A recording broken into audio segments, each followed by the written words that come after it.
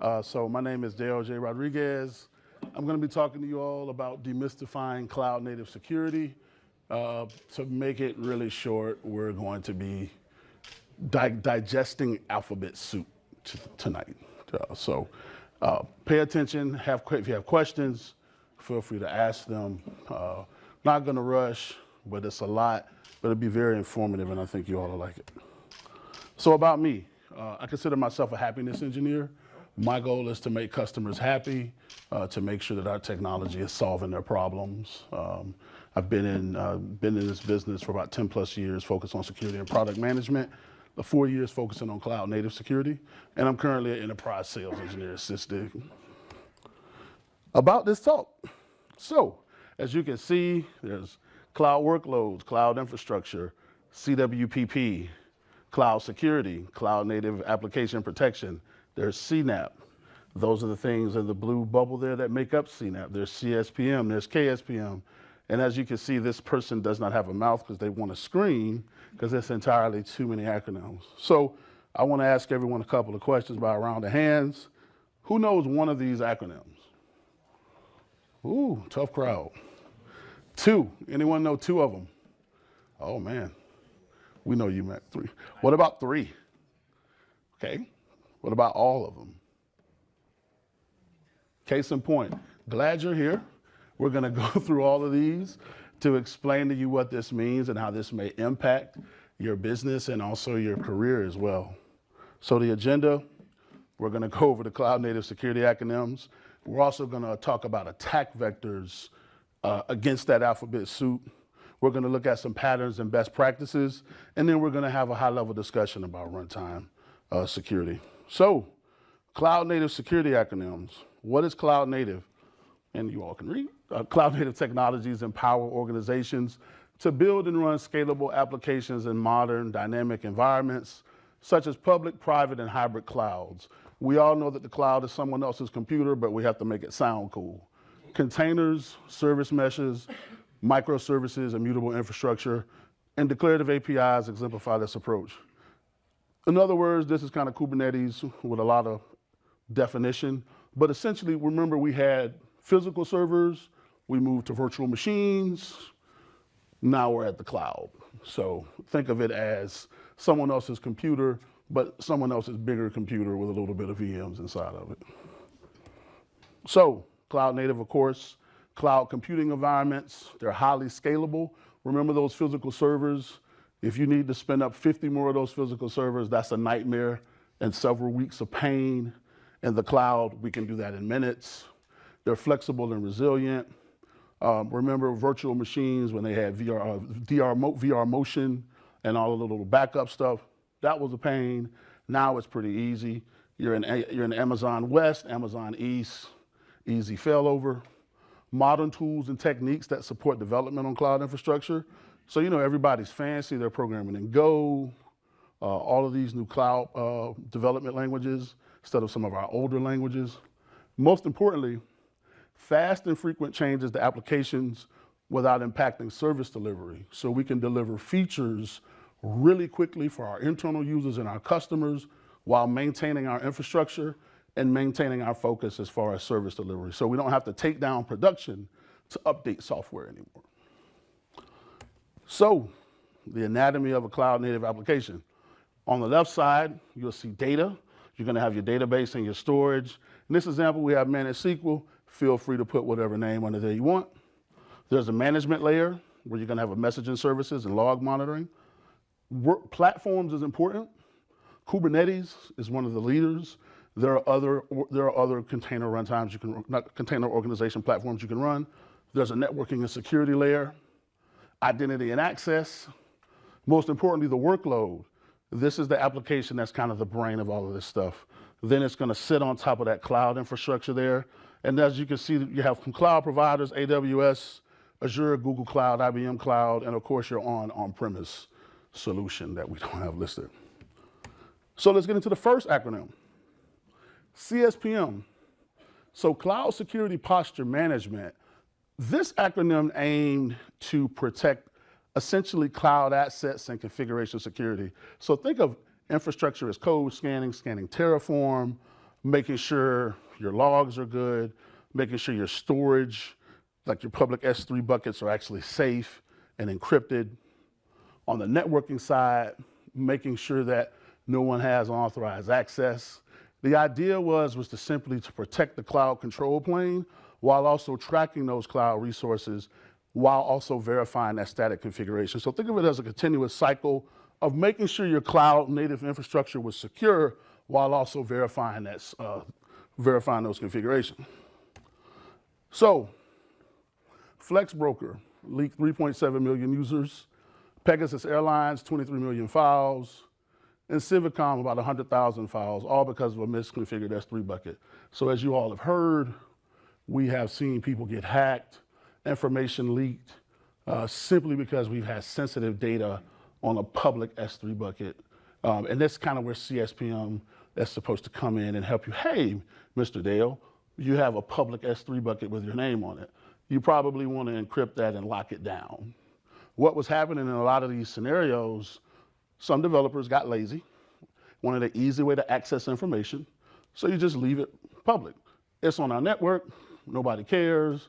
Well, the problem is Amazon is everybody's network, especially if it's public facing. So the goal of CSPM is to kind of show you what's there, make sure you have it private, and secure it for you.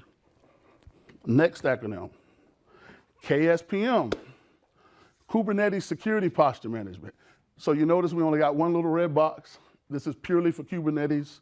What this does is this protects all of your Kubernetes assets, the pods, the ingress controllers, the egress controllers, the API server. This is important because if you're running containers and someone accesses your Kubernetes infrastructure, you've been had. So to access this layer on the network, you got to get past the WAF, the firewall. This is down near almost like layer 7. So if you get this level of access, God bless you. What KSPM does is, KSPM is designed to protect those Kubernetes assets, make sure those components are secure, and also kind of show you ways that you can improve upon your security configurations for those assets. And our next acronym, SIEM, Cloud Infrastructure and Title Management. Our little red box to the right. So we want to manage identity and access for security for both humans and services. You would be surprised how many cloud accounts have thousands of permissions, that have administrator privileges, that go unused in environments.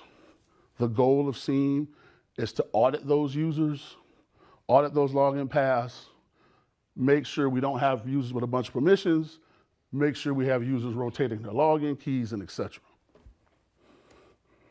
So, a couple of things. 90% of granted permissions are not used. That's where, hey, Dale, I want to access this part of the network. Oh, sure, let me give you full admin access because I don't want to be bothered. 58% of these identify as non-human roles. These are essentially service accounts. Again, Dale, I'm deploying infrastructure. I need a service account. Oh, okay, here's an admin account. Go to town. Not best practice. And lastly, of those, 98% of these permissions have not been used for at least 90 days. So I've given out all of these full access accounts and I don't check them. We haven't been breached. We're good. And that's, for some people, that's typically the idea of no one's going to bother me. I'm not worried about it. CIEM comes in, gives you those detections. Hey, Dale, you have a bunch of users, a bunch of entitlements. You need to fix this. And let me show you how to do that. CWPP, Cloud Workload Protection Platforms, our famous orange box. So these are your applications, your containers, your virtual machines, and if your machine is serverless. So these are your apps. The idea of CWPP is we want to protect the application itself. So protecting it from SQL injections, unauthorized access, making sure it's performant. If it has API access, making sure people are not injecting bad API calls to get access to your machine, vulnerability management, and things of that nature. So 87% of images have higher critical vulnerabilities. This is important because this is how attackers attack in the CWPP space. Essentially, excuse me one second. There we go. In the CWPP space, what you will notice is a lot of access that is nefariously granted is based on image vulnerabilities. So you'll have a container running a bunch of critical vulns, high vulns. Some of these vulnerabilities have exploits. If these are public facing and this image is scanned and these detections are noticed by someone, they can actually access them, especially if they're public exploits. A lot of these are fixable, but they're never patched. If you notice, 15% of them are in use at runtime. That's important because that means they're running live in the environment. And down on the 2%, while 2% is exploitable, it's a small number, it's still a great attack vector. If someone can access these images with these vulnerabilities, they essentially can have access to your environment. So this is another thing within CWPP where we get upon base image OS selection. So if you notice, you can reduce your bloat by 97% depending upon OS. My preference is Alpine. Alpine is really light. But as you can see here, these percentages represent the bloat in the different OSs. When you reduce your bloat, you reduce your attack vectors. So the bigger the image, the more layers it has, the more places you have to attack. Also, if you look over here in the orange box, a standard uncompressed image is about 228 megabytes, and Alpine is only 5.7. So when you're building your container images, you want to have best practices on not making them too big, but making them small enough to where you have a small attack vector and not just a bunch of packages that are just running randomly on a container. So these are some of the malicious image categories. Biggest one is crypto mining. Folks will get into your environment. They'll start things like X-Miner Rig. Other applications, they'll leverage your infrastructure to mine. The second one is embedded secrets. Dale, the developer, wanted to access, let's say, SQL, and I just put my username and password in a Docker file because it's easy that way. I don't want to leverage a secret. I'll just embed it in the Docker file, embed it somewhere plain text. Proxy avoidance, making direct connections to endpoints without going through proper networking channels.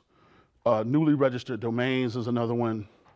We do have a category called other that just has a smorgasbord of stuff in it. Dynamic DNS, general hacking, and malicious websites. You would be surprised when we did our research of how many of these containers are publicly available that are running in infrastructures across the world. Another acronym, of course, CDR. So as you can see with CDR, cloud detection and response, think of it as EDR for the cloud. So everything is in the red box. We want to have threat detection and response for all cloud assets and workloads. So essentially, if there's any kind of threat detected in any one of these boxes, we're going to identify it, respond. We're going to identify it, triage it, respond to it, and eliminate it if necessary.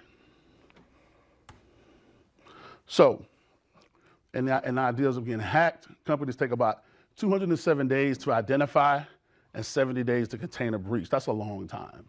So one thing you have to think about is if it takes you on average that long to identify one breach, how many other exploitable areas in your environment do you have?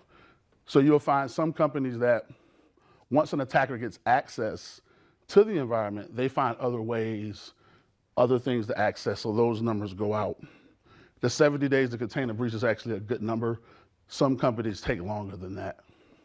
And then you can see the average cost of breaches over there on the graph there that's measured in millions. So our newest acronym is CNAPP. So CNAPP is a cloud native application protection platform. Gartner blessed this market segment this year with the Magic Quadrant and all of that good stuff. So hopefully this is the last acronym we get for the next few years. CNAPP combines everything I just talked about in one pretty bow. So you have your CSPM, your IAM, everything under one roof. The idea is that the cloud has so many different vectors, so many entry points that Gartner decided, and just my personal opinion, Gartner was like, hey, we got to figure out a way to communicate this without people getting confused. So we came up with CNAPP. So the idea is think about reducing tooling just from a marketing perspective to come up with one platform that contains all of your tools. So let's talk about CNAP building blocks. CSPM and KSPM, vulnerability management, cloud misconfigurations, cloud inventory. You want to know what's in your cloud threat detection, and also compliance. Compliance is a very important but overlooked component of cloud computing. Some cloud infrastructures require PCI, SOC 2, HIPAA. A lot of these compliance frameworks go unchecked. They also are checked by tools that don't have sufficient information to do detections based upon those regulatory compliance threats against cloud infrastructure. Typical tools only know how to do physical things. The cloud is a little different. Down in CWPP, y'all can see a trend here. Vulnerability management, container and Kubernetes runtime security. That's important because we want to know exactly what's running at every second in our infrastructure. Serverless security, Fargate, Google Cloud Run, things of that nature. Same kind of concept. We want to know exactly what's running in those serverless environments. And then also host and container threat detection, because threats can not only be on containers, they could also be on the host that hosts those containers also.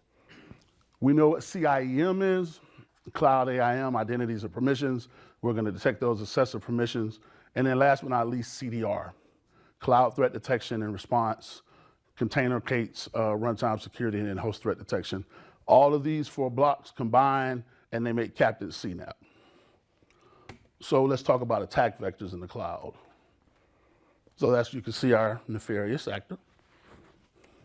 First attack vector is cloud network breaches, misconfigured VPCs, misconfigured load balancers, misconfigured ingress controllers.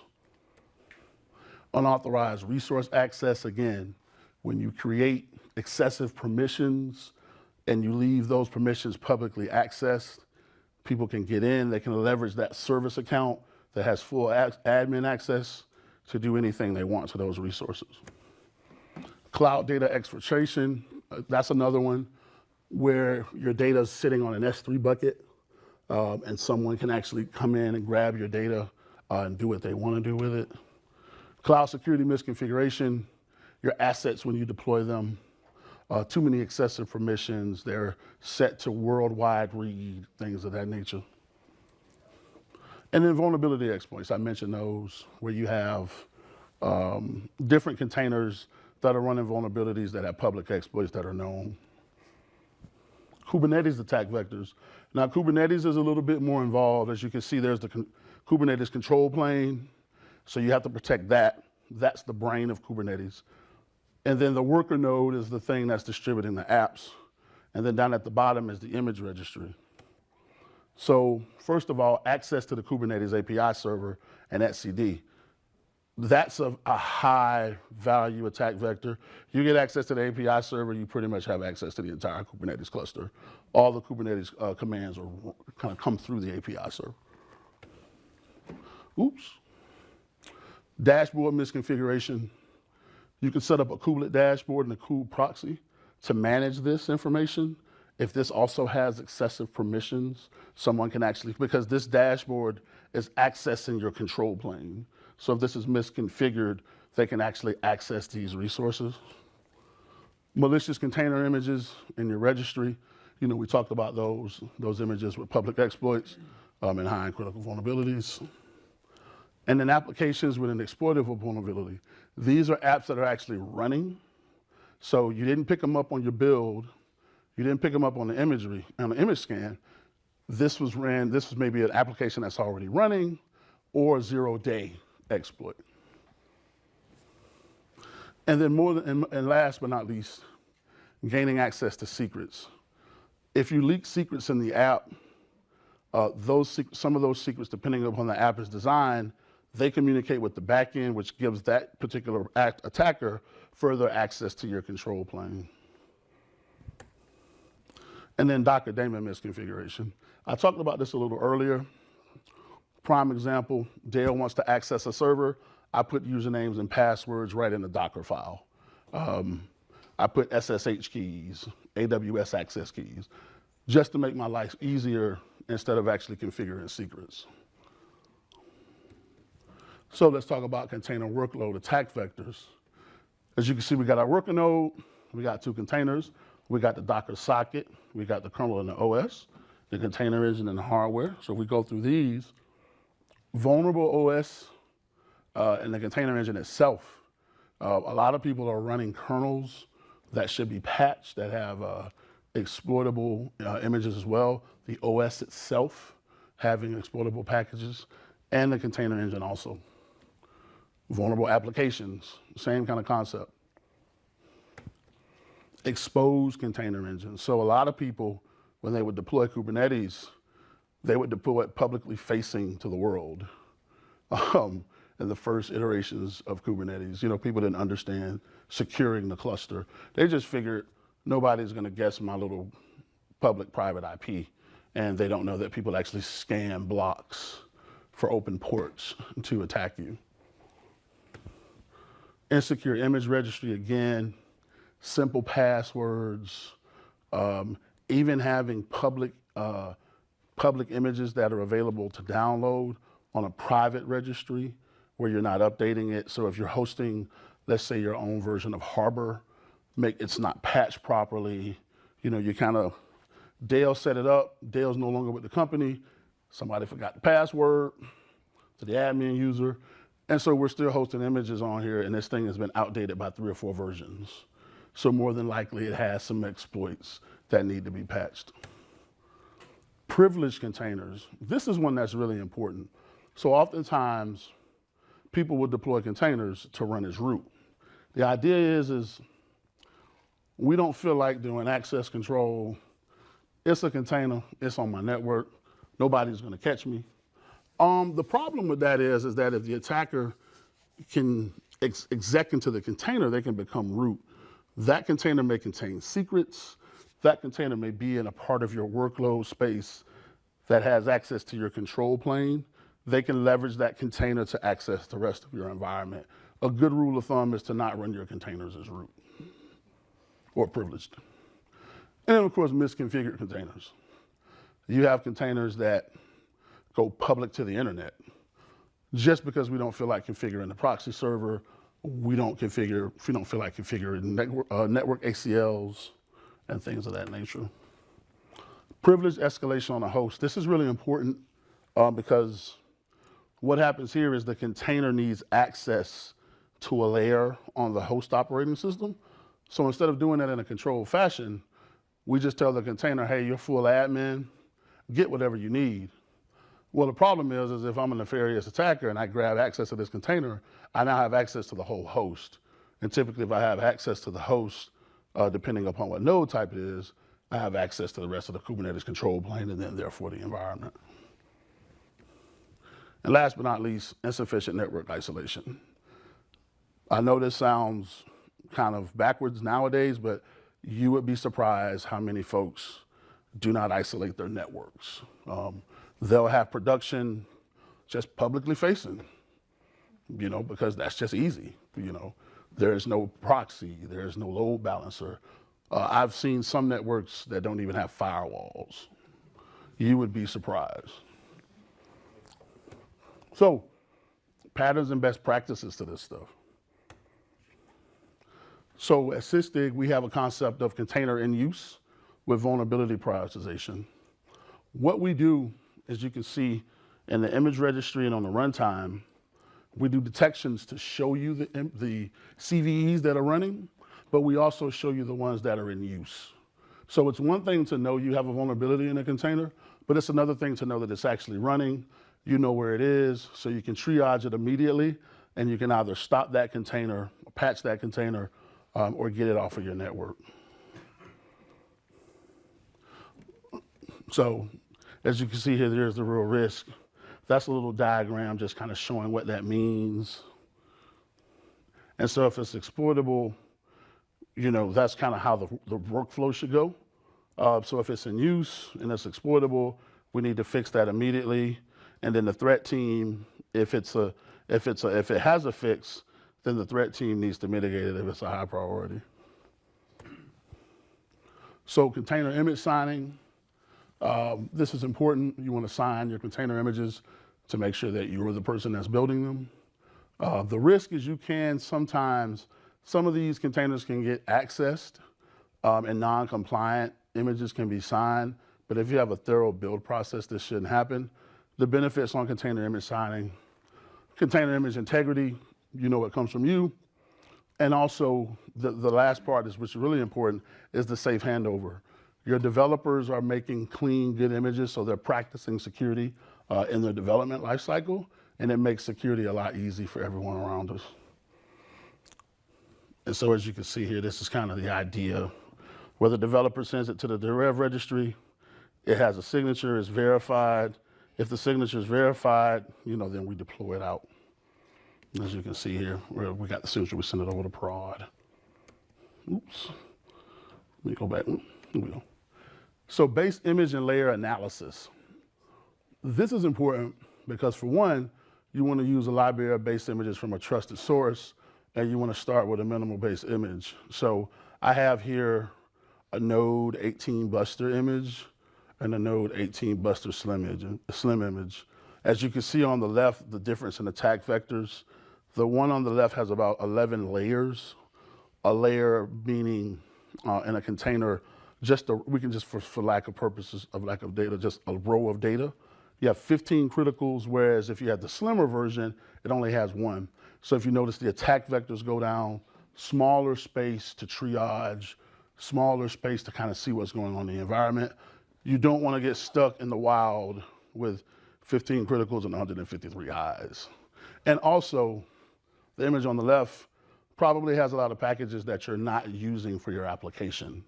So we have to make sure that we're making smaller images when we're building out. I had meant to skip that slide. I'm sorry, y'all. Hold on. So runtime security. So we've implemented all of these security measures I talked about. We got a full CNAPP solution going on. Everything's protected. Bob's your uncle.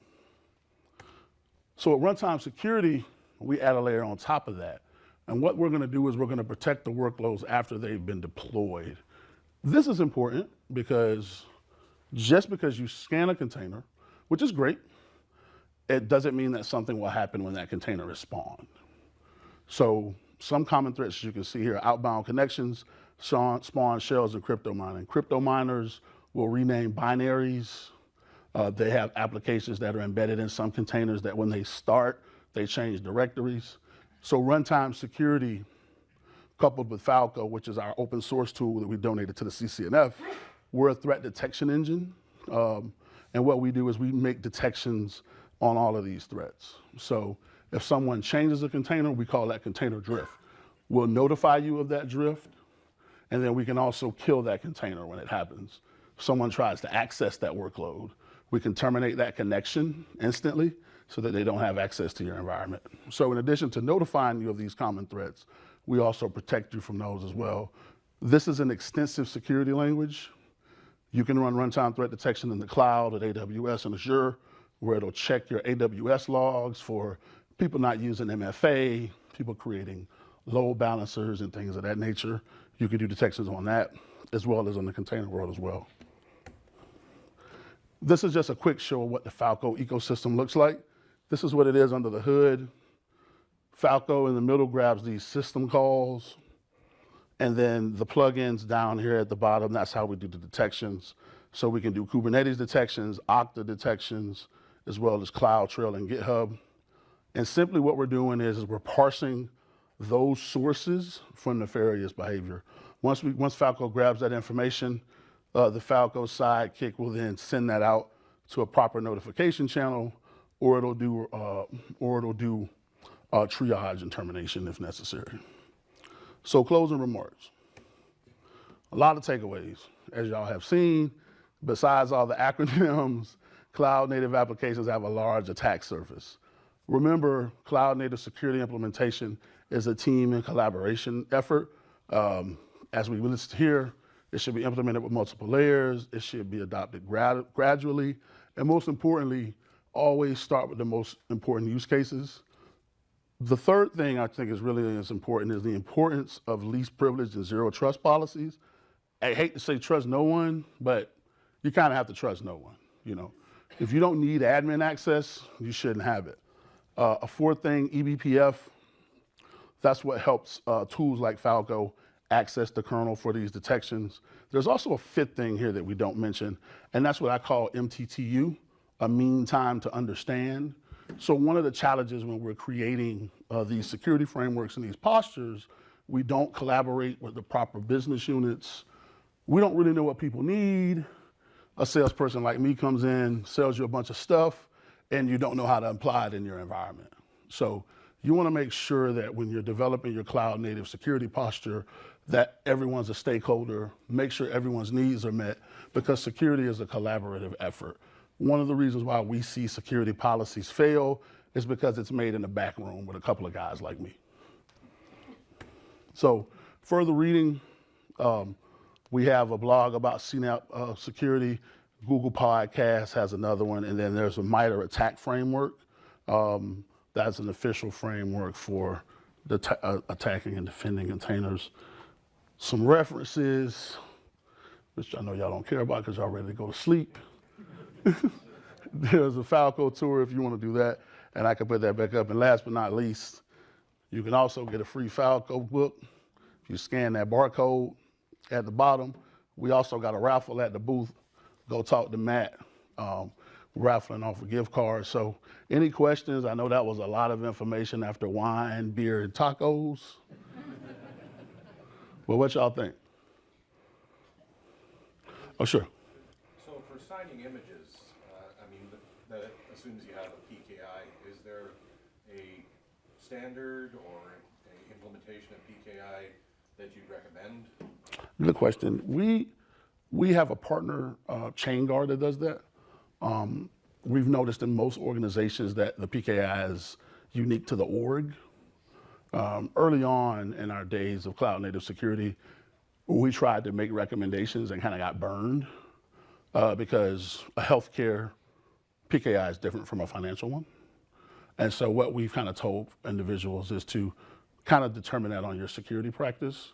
The challenge with this world is there are so many unique configurations, standards are hard to come by. And one challenge for practitioners is we're used to pulling SOPs, and we just plug this in and we go. With image signing, it's literally for your environment, because in my environment, we sign images that say, we don't use Ubuntu, and that's a gold image for us. In your environment, that might be totally different. You may be using you may use Ubuntu, and you may want to use all the packages with Ubuntu. So it's really more, I hate to give such a vague answer, but we've learned that it's really up to the individual environment. But I think you can inform it with a strong enough security posture. I think the challenge with signing, some people don't know what they're signing. They don't know what's going into their containers. If you have a real idea of what your base images are supposed to be, signing them is a lot easier. No problem. Well, if you're signing junk, you're signing junk. This is true. Right? But at least you know what that junk is. Exactly. And that junk might be important to you. Yeah, that's valuable. Yeah, seriously. I mean, I've seen some junk, and I'm like, okay, guys, that's good luck with that, but. Well, there are no perfect releases. No. Any other questions? Going once. Going twice. Go back to the links. Oh. And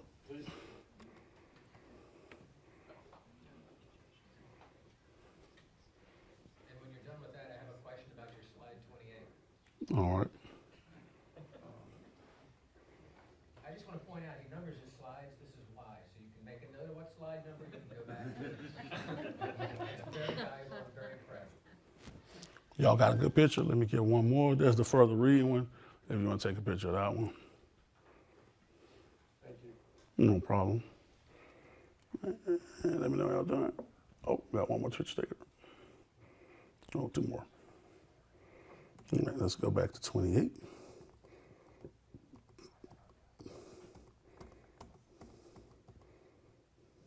Nope, I'm sorry. It wasn't 28.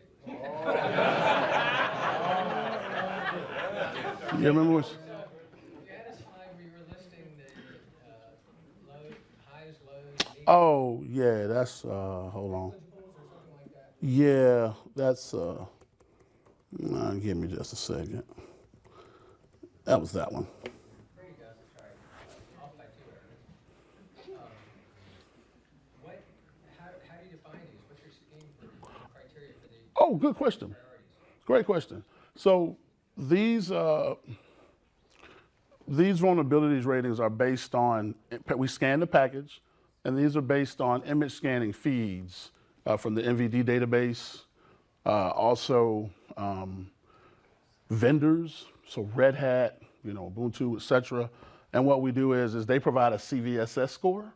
Those CVSS scores inform those ratings that you see. But there's no CDSS score that says anything about negligible. Well, yeah, this is just for demonstration purposes, but that's when you'll get a negligible when there's like a low to no score.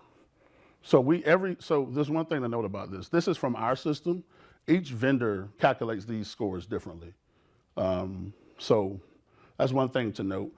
You may take this image to another vendor and scan it. They may not think that the Buster image has 15 criticals. So its scoring is based on the image scanner. That's a good question. By the way, you're in the 98th percentile for recognizing that vendors may have a different score for the exact same CVE. Mm-hmm. It's actually correct behavior. No, it's People out. yeah. We have a current POV like that now. So I totally understand. And yeah, that's a good question. Oh, you have a question in the back? This sounds like it's really got its fingers into everything. Mm-hmm. How much of a performance hit does this take? And, which piece of the pie does it take? Good question. So in the context of what we have on the screen, this is what in sysdiq, we would call this our vulnerability image scanner. This is a binary that you add if you want to scan in the pipeline. You add a build step that will just scan the metadata of the image. It'll generate an SBOM. It'll send that SBOM back to us to process. So we don't have to upload the image off-site. We can scan it locally or wherever it is. For the runtime scan, that's also doing a metadata scan as well. So it's low impact. For what I've shown, the thing that has the biggest impact is runtime threat detection. That's an agent that sits on a container and a host. So that's going to access the physical kernel memory, depending upon the number of namespaces, if you're running Kubernetes, depending upon the number of namespaces and syscalls we're processing, that can affect performance. But with Kubernetes, we can tune it. And even in non-case environments, we can tune it too. So we typically tune our agent to match the environment to make it resource performant. But the agent will be the biggest, full transparency will be the biggest hit. Yes, sir. So, cloud's kind of a new adventure for a lot of companies, and we're still doing all the on-prem stuff, and that comes with learning curve and cost, and you got to secure that, and you have to also do cloud and secure it, and so now you got these two environments, and you might have multiple clouds and additional environments, and I think cloud is kind of a learning curve for a lot of people. It is expensive in general. Yep. Seems to me that most companies are still just using the native tools, whatever they happen to be within that cloud provider itself. Sure. They're not adding a lot of extra security layers on top. I think they sometimes see that as extra cost. They also sometimes hear from the Amazons or the Azures, hey, we got you covered, we do security too. Right. But everybody knows that that's kind of an afterthought. Correct. More about keeping the infrastructure up and running and less about this. So how do you see that playing as far as like people, really getting serious about adopting Good question. cloud and not just doing what comes standard from Amazon or from? So speaking from the context of us at sysdiq, we're cloud agnostic. Right. So you leverage, let's say you had 100 nodes, 100 servers, 25 in each IBM, Azure, GCP, AWS. You can manage and secure those under one unified UI. And so what we do is we kind of help use cases like that with tool consolidation, getting off of the native tooling to kind of show the benefit of having one provider that can also secure and also monitor the performance of those resources as well. So we provide more than just security. What we've noticed, we took a different approach A lot of cloud security providers don't provide telemetry. We were actually a telemetry company before we switched to security. One of the things that we did when we started was we realized the headache that you just mentioned of, I got an on-prem environment here, I got AWS here, I got Azure here, I got to buy 3 different platforms to monitor and secure each of these. So I stay with the native tooling because that's cheaper. You know, what we did was we kind of turned that on its head, and we said that you should be able to manage your assets from one interface. What we discovered, while it was painful to develop, what we discovered was we have a lot of customers who we secure on-prem as well as cloud assets. So we don't, while this presentation may have been focused on CNAP, one of our goals is security across the board. So we can secure standalone Linux servers, we can secure standalone image registries. What we've noticed is that a lot of customers who are starting on the cloud journey want to implement these security practices before they get to the cloud. So our tooling allows you to do that. So you can set up runtime threat detection in your private data center. And then once you go to the cloud, you can manage that private data center with your cloud infrastructure from the same interface and deploy the same postures without having to do separate things for each environment. So we've kind of created a way to make that easier for people to make that migration. I walked halfway in and I think that was a great response. Oh, I appreciate you, my boy. Just saying, like, and I understood that. That's what's up. Any other questions? All right.